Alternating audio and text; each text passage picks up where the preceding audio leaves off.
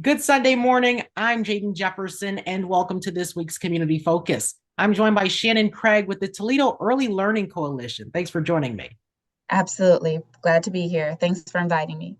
So, before we dive into the work of the Toledo Early Learning Coalition, what is the TELC? We provide back office and administrative support for local daycares. Also, we work with some like small businesses as well. We are a nonprofit, and our primary clients are Black female entrepreneurs. And kind of talk about why this work is important to our community. Yeah, so the work is important because it focuses on early childhood education and assisting daycares, making sure that they can provide the best opportunity for these children, especially in underprivileged communities. So we're not just here in Toledo, we also provide service for daycares in Dayton, and we're also expanding to Fort Wayne as well. And obviously, when it comes to childhood education, the earlier the better to get started. And so, what are the benefits of that we're seeing in our community when we start kids out a bit earlier? I mean, when you start them out earlier, then it makes them more ready when it comes to kindergarten.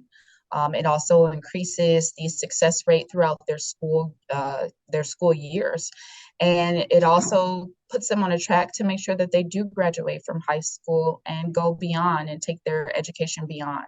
And you had mentioned some of the clientele that you have locally and kind of speak to what their needs are. Why do they need your assistance in our community? Because their focus or their primary focus should be on the education and the quality of care that they provide to the children that attend their daycares, as well as to the parents, because it's a whole community thing. So we, just kind of take some of that administrative work off of their hands so that they can focus on those things. And that is very important to us for them to be able to do that. It definitely helps them. Just put their main efforts and their main focus on creating that quality education for those children. And so, going into the future, what will be the Toledo Early Learning Coalition's role in the next 5, 10 years? Well, right now we are looking to expand as a shared service business. That's what we do. We're looking to expand into other communities just to provide the same type of support that we're doing here, that we've been doing here in Toledo. I personally have been with the company since 2021. I took a 8-month maternity leave, and then I just came back in this past August. But the company has been around for, I want to say, at least 15 years now, just servicing the community. This upcoming Monday, one of the first daycares that administrative support was ever provided for Ms. Aletha Easterly. She's opening her third daycare, and we're going to have a grand opening ceremony on site at her third daycare, which is located off a door. From 10 to 1. So definitely, if you are available, come check it out. It's a wonderful thing. She's doing great work. She also created a mobile library to be able to go out into the communities and provide library books for children who may not go to daycare or may not have the transportation to get to a quality education center. What would you say is the role of community members, even if they don't have young kids, when it comes to early childhood education?